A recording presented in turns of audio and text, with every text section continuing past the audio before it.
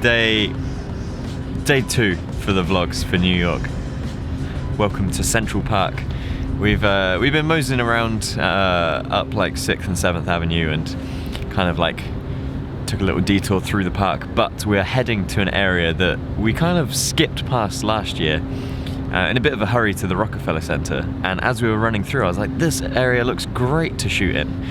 So we're in the corner of Central Park, kind of near to where the Apple Store on 5th Avenue is, but it's around 6th Avenue and kind of heading south, I don't know, about 6 blocks or so, that I think should be really photogenic. I'm hoping for that. So I'm keeping my eyes out for the yellow with the taxis and the steam and other stuff. And yeah, we're gonna do a little photo vlog. So there are 2 things that I kind of wanted to talk about in today's vlog that have been on my mind for a long time with traveling and making content, and especially this past year, I guess. And the first one is the 1 week fear. So the 1 week fear is something that is prevalent on pretty much every trip I go on.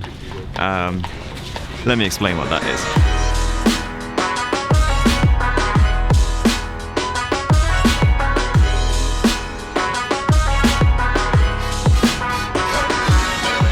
So the 1 week fear is this balancing act of having only a week or less left of a trip, knowing that there's still plenty more to shoot in a destination, but equally knowing that you've shot a lot and you have a lot to edit and a lot to work on, and it's so difficult to kind of force yourself to stay inside and edit things, but at the same time you know that there's only 7 days. There's more to shoot, there's more to get. The 1 week fear is something I have a lot. Added to the fact that our business is pretty much based around travel and photography. We are going often, you know, week to week on trips, and the 1 week fear just rolls into the next. Hello.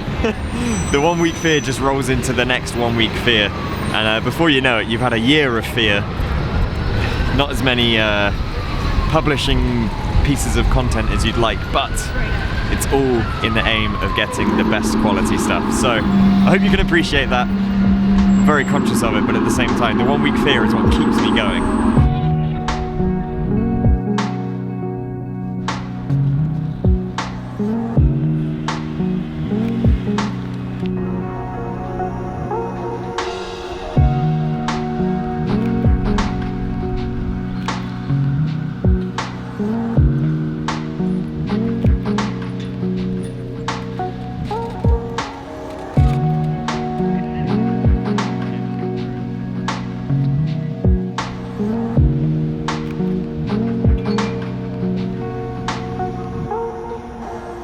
Just come up through from 5th Avenue and we're on one of the streets just beside it.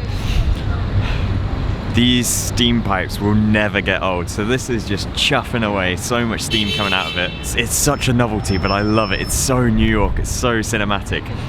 We were just shouting like, Ellie, get in there, you got your yellow coat on, it will look sick.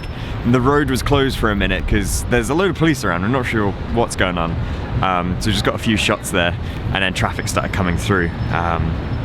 But yeah, for those of you who don't know what this is, so I actually looked it up after last year because I thought it was just like steam condensing, like just hot air meeting the cold and whatever, but it's actually a utility. So the steam is provided via a network of pipes and plumbing, mostly in lower Manhattan, or at least from Midtown down, and it's actually used to heat buildings, and in the summer it's used to cool the buildings. So yeah, it's you know, people order it or they pay for it as a utility in the same way that you pay for your electricity and gas. This is how you get your heating into the buildings, and it's delivered by hot steam. How interesting is that? Yeah, that's quite bespoke to New York. There's a few other cities around the world that do it, in America in particular, but we definitely don't have that at home. But it's cinematic, that's for sure.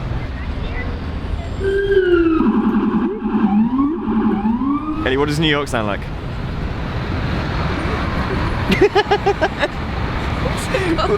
Whoop, whoop, whoop. Whoop, whoop, whoop. Whoop, whoop. Whoop, whoop. As we were just crossing the road, I looked down and I saw this great shot because the light's changing and it's going quick. and it just says Radio City on there. So I've just put on my long lens. I'm gonna wait for the traffic to stop, crouch down, get something in between. If there's a school bus or a taxi, brilliant. If not, we might have to try on the way back. Do it again. We go again. So I gotta set up my focus first because I haven't got much time. Put it down, like that. It's the benefit of having the auto adjust focus, so that when you can set your point in vertical as well as in horizontal, and you can pre-compose, sort of.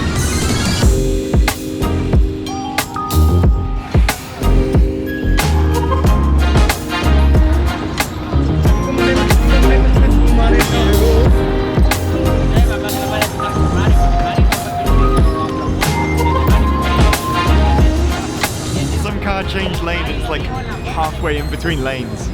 Yeah. Try again.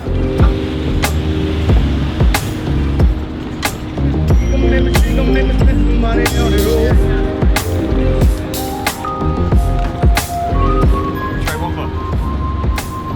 Why did the chicken cross the road? To get the Instagram.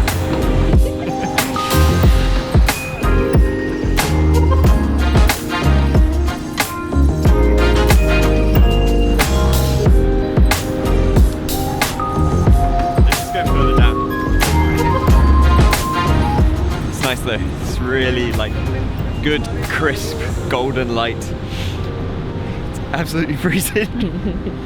Might be better because we've got an open space. Okay. I can cross this side. Yeah. Although there's going to be turning traffic, isn't there? Yeah.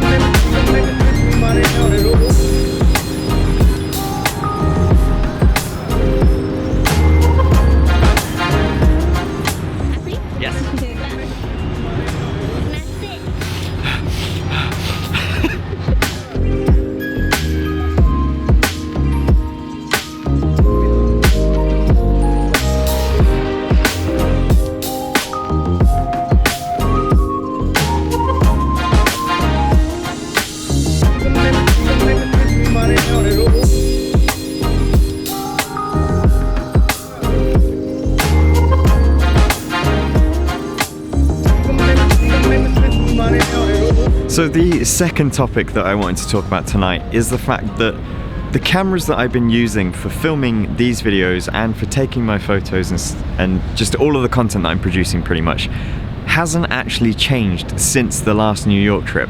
And I think this is kind of like a fundamental thought, because I actually get a lot of comments and a lot of messages, people asking me things like, have you tried out the X-T3? Have you tried out the X Pro 3? You know, what do you think of this camera? And should you go full frame? Should you do all that? And to be honest, it really doesn't matter. Like, yes, new gear is exciting and it does make you go out and shoot more because you want to use this gear and everything.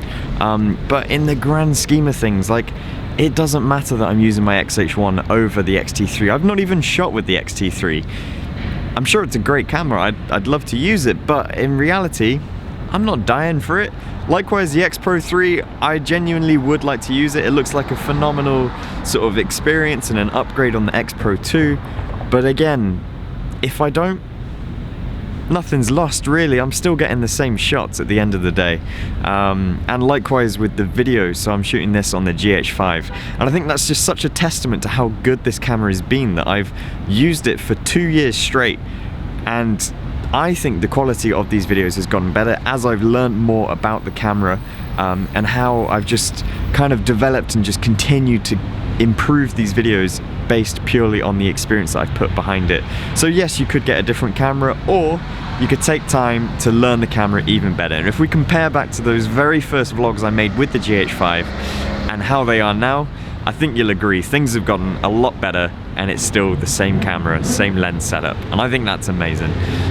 So yeah, that's just a couple of topics that I wanted to talk about today, and I hope you've enjoyed this vlog and seen some of the sights and sounds of New York City, and check back in a few days for the next video that I'll be filming tomorrow. Alright, thanks for watching everyone, and I'll catch you later. See ya, bye bye.